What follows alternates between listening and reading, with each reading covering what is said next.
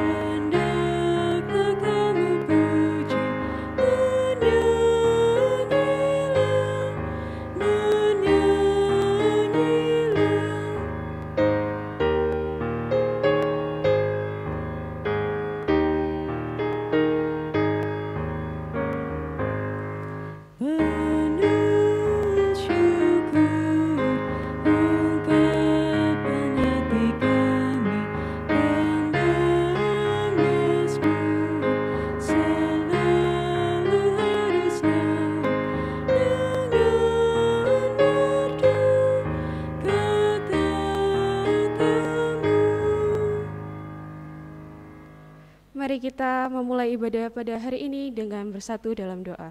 Mari kita berdoa. Tuhan Yesus, terima kasih atas berkat-Mu pada hari ini ya Tuhan, sehingga kami bisa melakukan ibadah Gerakan Pemuda pada hari ini dengan masih melalui virtual ya Tuhan. Berkatilah Tuhan, semoga pandemi pada hari ini, pandemi pada dunia ini segera menghilang dan kami dapat bersatu berkumpul kembali. Tuhan berkatilah ibadah Gerakan Pemuda pada hari ini dapat berjalan dengan lancar dari awal, pertengahan, hingga akhirnya. Semoga ibadah pada hari ini selalu berada di lingkup tangan-Mu dan kami serahkan ibadah pada hari ini oleh kuasa kasih-Mu ya Tuhan. Terima kasih ya Tuhan Yesus. Amin. Bacaan Mazmur kita pada hari ini terambil dari Mazmur 1 ayat 1 sampai ke 6 yang berbunyi, jalan orang benar dan jalan orang fasik. Berbahagialah orang yang tidak berjalan menurut nasihat orang fasik, yang tidak berdiri di jalan orang berdosa, dan yang tidak duduk dalam kumpulan pencemooh. Tetapi yang kesukaannya ialah Taurat Tuhan, dan yang merenungkan Taurat itu siang dan malam. Ia seperti pohon yang ditanam di tepi aliran air, yang menghasilkan buahnya pada musimnya, dan tidak layu daunnya. Apa saja yang diperbuatnya berhasil. Bukan demikian orang fasik, mereka seperti sekam yang ditiup angin. Sebab itu orang fasik tidak akan tahan dalam penghakiman. Begitu pula orang yang berdosa dalam perkumpulan orang benar. Sebab Tuhan mengenal jalan orang yang benar, tetapi jalan orang fasik menuju kebinasaan. Dipersilakan duduk kembali.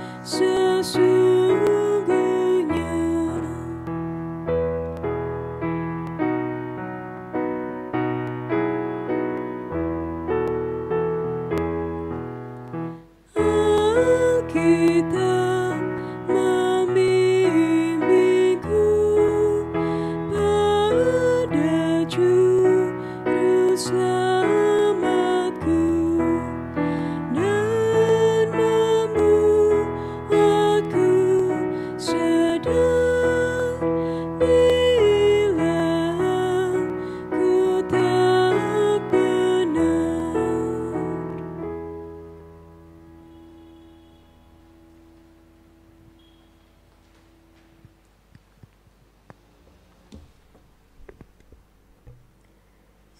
rekan-rekan pemuda yang dikasihi Tuhan.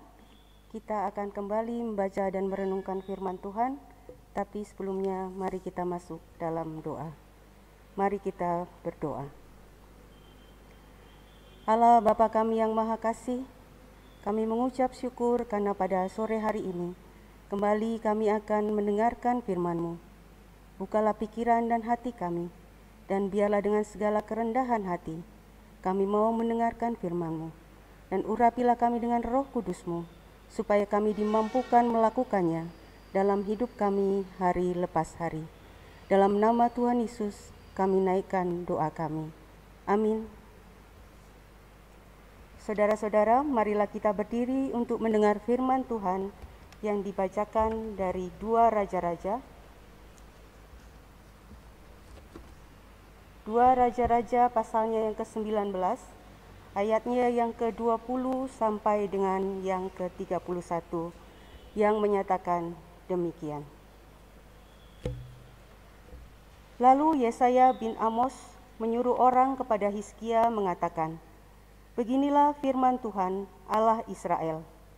Apa yang telah kau doakan kepadaku mengenai Sanherib, Raja Asyur telah kudengar.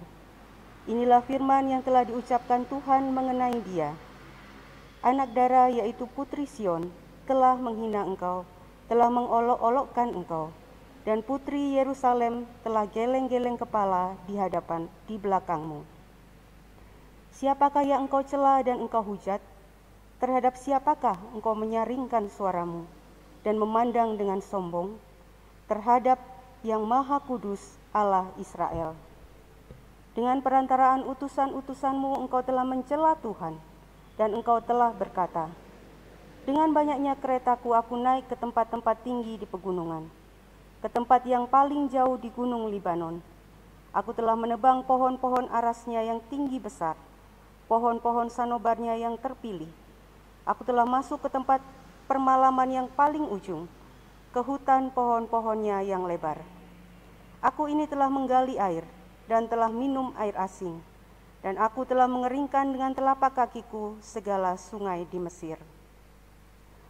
Bukankah telah kau dengar bahwa aku telah menentukannya dari jauh hari, dan telah merancangkannya pada zaman purbakala? Sekarang aku mewujudkannya, bahwa engkau membuat sunyi senyap kota-kota yang berkubu menjadi timbunan batu. Sedang penduduknya yang tak berdaya menjadi terkejut dan malu. Mereka menjadi seperti tumbuh-tumbuhan di padang dan seperti rumput hijau, seperti rumput di atas sotoh atau gandum yang layu sebelum ia masak. Aku tahu jika engkau bangun atau duduk, jika engkau keluar atau masuk, atau jika engkau mengamuk terhadap aku. Oleh karena engkau telah mengamuk terhadap aku, dan kata-kata keangkuhanmu telah naik sampai ke telingaku, maka aku akan menaruh kelikirku pada hidungmu dan kekangku pada bibirmu, dan aku akan memulangkan engkau melalui jalan dari mana engkau datang. Dan inilah yang akan menjadi tanda bagimu, hai Hizkia. Dalam tahun ini orang makan apa yang tumbuh sendiri, dan dalam tahun yang kedua, apa yang tumbuh dari tanaman yang pertama. Tetapi dalam tahun yang ketiga, menaburlah kamu, menuai, membuat kebun anggur, dan memakan buahnya. Dan orang-orang yang terluput di antara kaum Yehuda, yaitu orang-orang yang masih tertinggal, akan berakar pula ke bawah dan menghasilkan buah ke atas. Sebab dari Yerusalem akan keluar orang-orang yang tertinggal, dan dari gunung Sion orang-orang yang terluput. Giat cemburu Tuhan semesta alam akan melakukan hal ini. Berbahagialah setiap orang yang mendengar firman Tuhan dan yang melakukannya. Haleluya.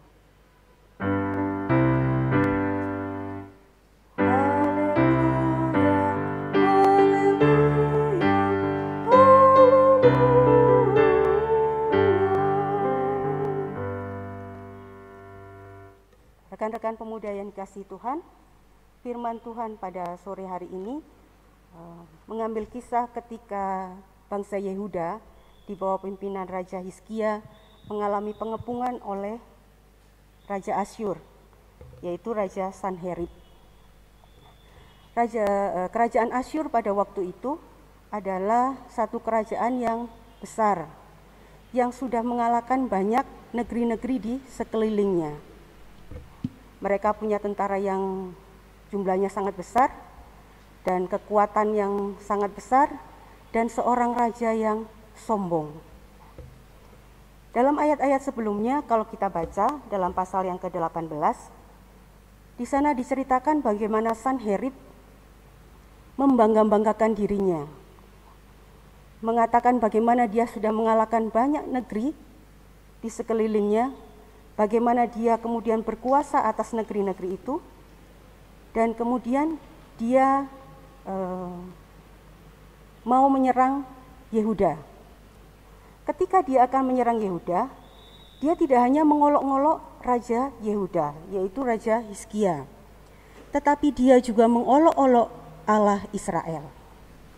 Dalam ayat-ayat sebelumnya bisa kita baca bagaimana dia mengolok-olok Allah Israel, mengatakan bahwa Allah orang Israel tidak akan bisa membebaskan orang Israel dari kepungannya, dari kekuatannya, dari tentara-tentaranya. Dia katakan, siapa Allahmu? Allahmu yang kau percaya itu, dia tidak akan bisa melakukan apa-apa. Itulah kesombongan Raja Sanherib. Apa yang kemudian dilakukan oleh Hizkia? Siapa Hizkia? Dia adalah seorang raja yang sangat takut kepada Allah. Dia melakukan apa yang baik di hadapan Allah. Dia mengikuti apa yang dilakukan oleh Daud, leluhurnya, dan tidak mengikuti raja-raja sebelumnya yang berbalik dari Allah. Karena itu, ketika dia meminta pertolongan kepada Allah, lalu Allah dengan bergegas menolongnya. Dalam ayat yang ke-15, Hizkia dalam situasi yang sangat terjepit saat itu. Kalau kita lihat ya, Yehuda, kerajaan Yehuda dibandingkan dengan kerajaan Asyur pada waktu itu, dalam segi pasukan mereka kalah jumlah, dan pada waktu itu mereka dikepung.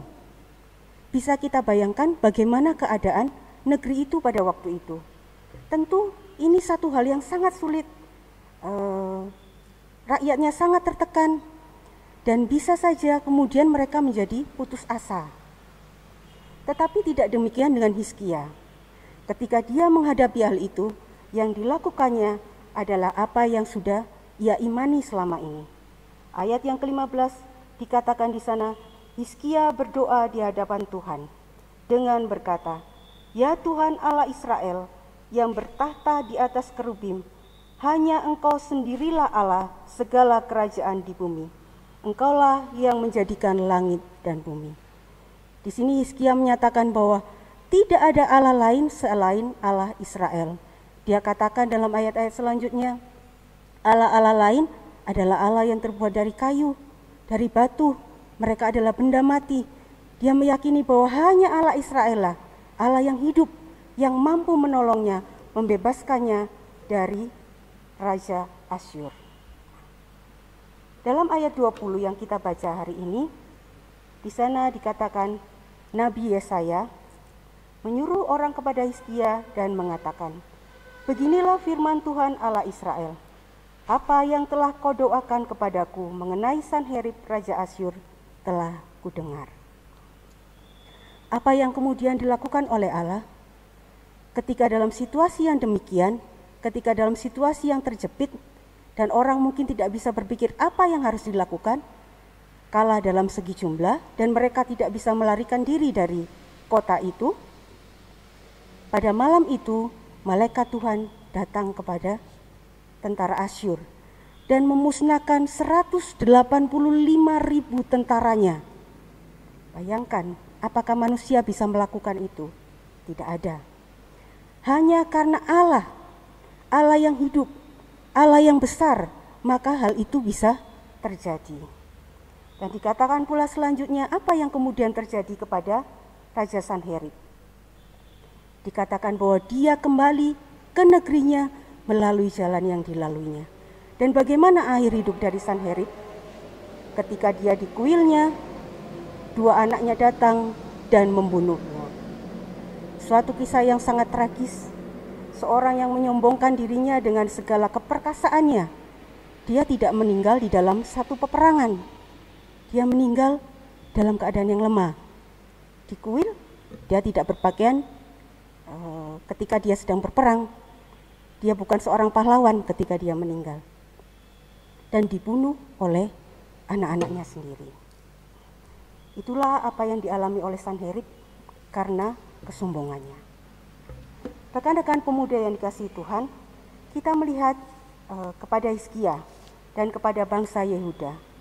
Apa yang mereka alami dalam pembacaan hari itu mungkin juga pernah kita alami. Satu keadaan yang terjepit, satu keadaan di mana kita tidak tahu apa yang harus kita lakukan, kita tidak bisa apa-apa. Berkaca dari Hizkia, apa yang harus kita lakukan? Jelas, Hizkia kemudian berpaling kepada Tuhan dan meminta pertolongan kepada Tuhan. Kita mungkin ketika punya permasalahan, kita boleh datang kepada, kalau kita dekat dengan keluarga, kita bisa menceritakan itu kepada keluarga. Atau mungkin kalau orang-orang muda lebih banyak dekat dengan teman, kita bisa menceritakan hal itu kepada teman-teman kita. Hal itu tidak salah, karena kita ini makhluk sosial. Jadi kita perlu orang lain untuk menyampaikan keluh kesah kita. Tetapi dari pembacaan hari ini kita lihat bahwa tidak semua orang bisa melakukan dan memberikan jalan keluar atas permasalahan kita. Ketika kita menceritakan sesuatu, mungkin saja ada teman yang kemudian merasa terganggu.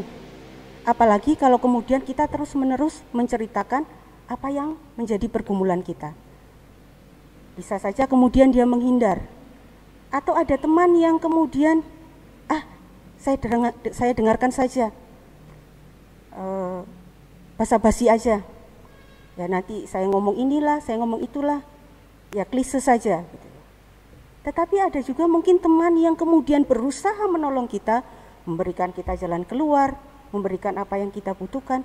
Tetapi dari kisah hari ini kita juga belajar bahwa manusia ada batasnya. Seorang teman yang sangat baik sekalipun mempunyai keterbatasan. Dalam kisah tadi, malaikat Tuhan datang kepada tentara Asyur dan memusnahkan 185.000 tentara.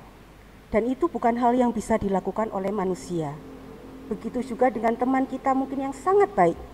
Mereka juga manusia. Dan mereka juga punya keterbatasan. Karena itu, firman Tuhan hari ini mengajarkan supaya ketika kita mempunyai permasalahan, hal pertama yang harus kita lakukan adalah datang kepada Tuhan, menyampaikan segala keluh kesah kita kepada Tuhan, meminta pertolongan Tuhan. Karena dari sanalah kemudian kita bisa mendapatkan kekuatan, kita bisa mendapatkan tuntunan, kita bisa mendapatkan jalan keluar, dan bahkan kita bisa mempunyai ketabahan untuk menerima apa yang Tuhan anggap baik bagi kita. Dalam SBP hari ini diberi judul PUSH, ada 4 huruf di sana, PUSH, Pray Until Something Happen. Ini bukan untuk memaksakan kita untuk kemudian apa yang kita mau, kemudian kita terus berdoa supaya Tuhan mengabulkan apa yang kita inginkan. Tetapi judul pembacaan ini ingin mengingatkan kita bahwa ketika kita mengalami pergumulan, teruslah berdoa dan jangan berputus asa. Jangan berputus asa ketika kita menaikkan doa kita dan Tuhan belum memberikan jawaban atas doa-doa kita. Milikilah waktu yang lebih banyak dengan Tuhan ketika kita memiliki pergumulan. Ada satu judul dalam renungan yang saya baca di internet. Di sana dituliskan, in a crisis you are a hero or a zero. Jadi ini mengingatkan kita ketika dalam keadaan terjepit, bagaimana respon kita. Apakah kita akan menyerah? Apakah kita akan putus asa? atau kita akan keluar sebagai pemenang. Banyak tokoh-tokoh Alkitab yang bisa kita contoh, yang mereka kemudian tidak menyerah kepada keadaan, tetapi memanggil kepada Tuhan dan mendapatkan pertolongan. Kalau kita ingat cerita Musa, ketika dia keluar dari Mesir bersama dengan bangsa Israel, dalam keadaan terjepit, di belakang tentara Mesir mengejarnya, dan di depan adalah Laut Merah. Dan di sekelilingnya orang-orang Israel yang menggerutu, karena mereka merasa lebih baik di Mesir daripada kita mati di sini. Apa yang dilakukan Musa? Dia berseru meminta pertolongan kepada Tuhan, dan akhirnya mereka dapat melewati laut itu, dan mereka dapat berjalan menuju ke tanah Kanaan. Kisah lain, kita tentu ingat Daud ketika dia melawan Goliat. Satu tantangan yang besar ada di depan mata, dan banyak orang yang meragukan akan kemampuannya. Tetapi apa yang dia lakukan? Dia maju dengan membawa nama Allah. Sekalipun Goliat memiliki badan besar, seorang pahlawan dari Filistin yang diagung-agungkan banyak orang, tetapi dia bisa kalah oleh Daud yang kecil. Dan satu kisah lagi yang mungkin sedikit lebih panjang adalah kisah tentang Yusuf. Bagaimana dia mengalami tekanan yang begitu banyak, bahkan dari saudara-saudaranya sendiri. Dan ketika dia sudah dianggap mati oleh saudara-saudaranya, tetapi kita tahu bahwa dia tetap berpegang kepada Allah, meminta pertolongan kepada Allah, dan pada akhirnya dialah yang menjadi penyelamat bagi keluarganya. Saudara-saudara, rekan-rekan pemuda yang dikasihi Tuhan, kiranya firman Tuhan hari ini boleh menguatkan kita. Apapun yang akan kita alami, pergumulan yang kita alami, dalam keadaan yang sangat terjepit sekalipun, jangan pernah menyerah, jangan pernah berputus asa, karena kita punya Allah yang besar, Allah yang selalu ada bagi kita, dan Allah yang selalu akan memberikan pertolongan bagi kita. Tuhan Yesus memberkati kita semuanya. Kita akan menyambut firman Tuhan ini dengan menyanyikan dari Kitab Bakti 50, baitnya yang pertama, Perubahan Ajaib.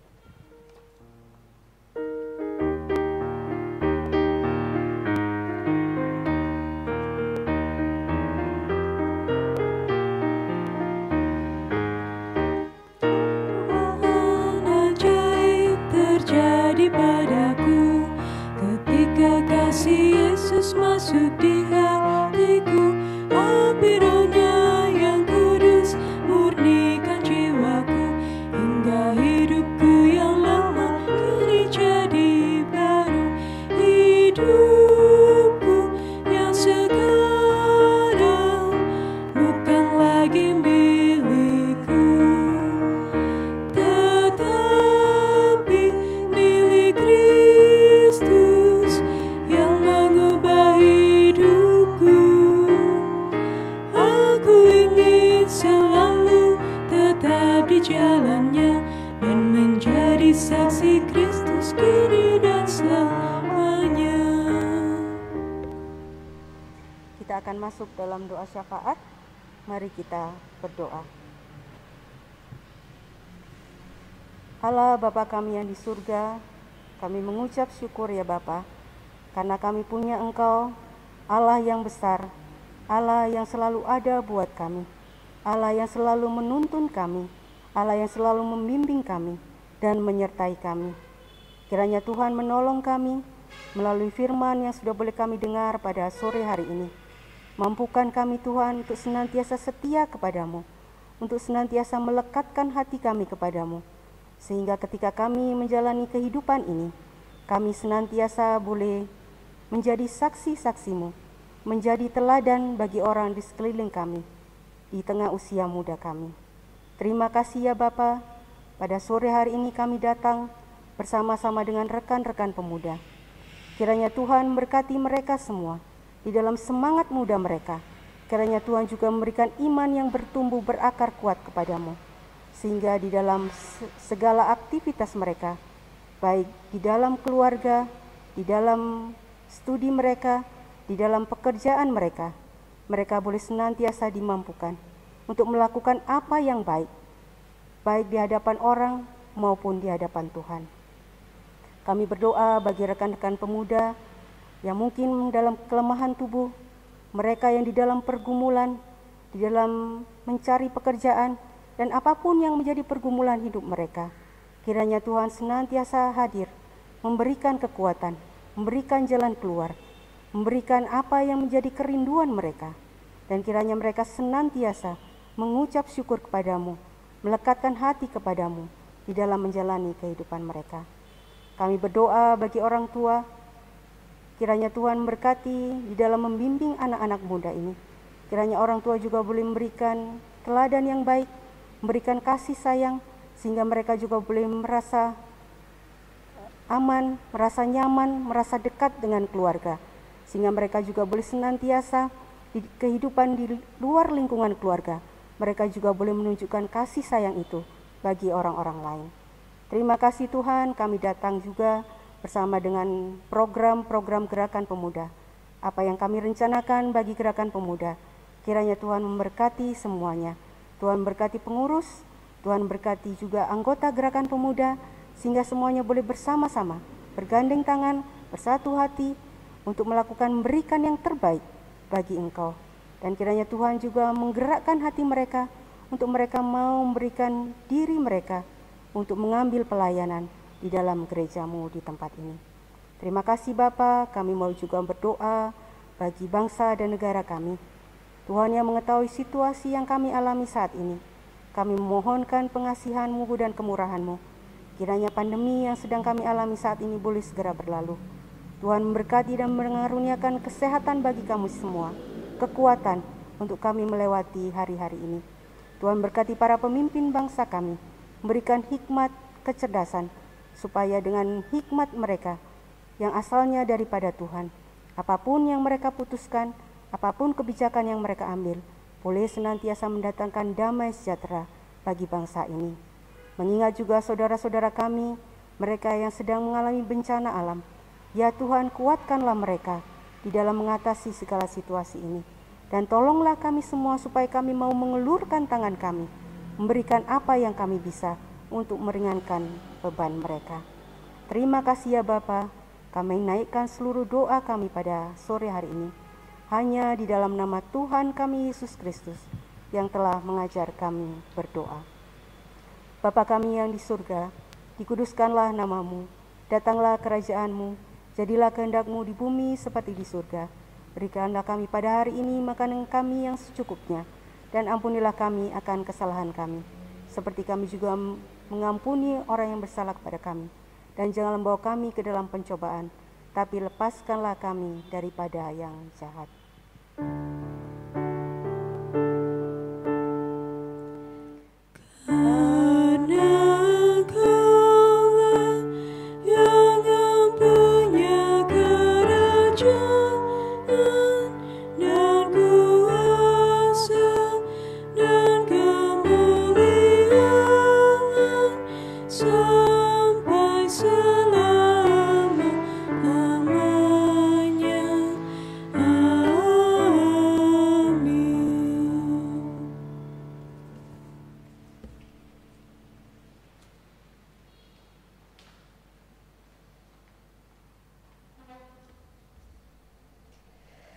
Saudara-saudara, marilah kita mengucap syukur kepada Tuhan dengan memberi persembahan kepadanya.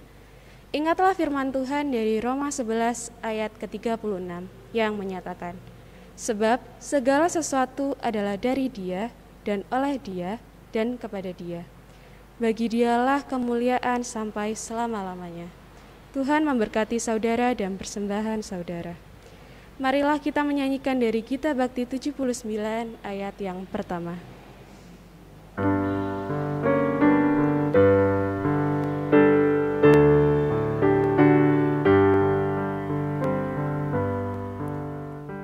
Beri padanya segenap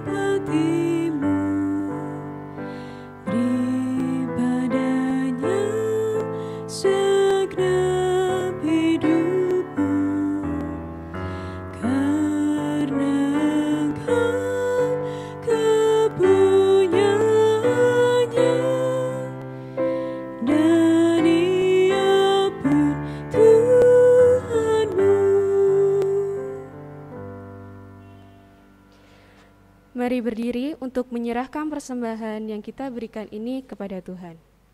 Mari kita berdoa.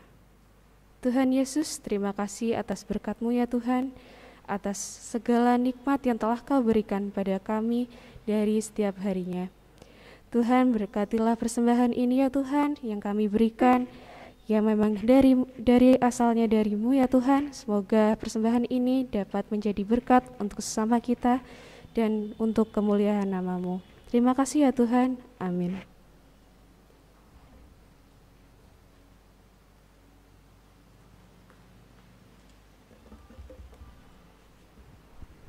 Rekan-rekan pemuda, kita akan mengakhiri ibadah kita pada sore hari ini.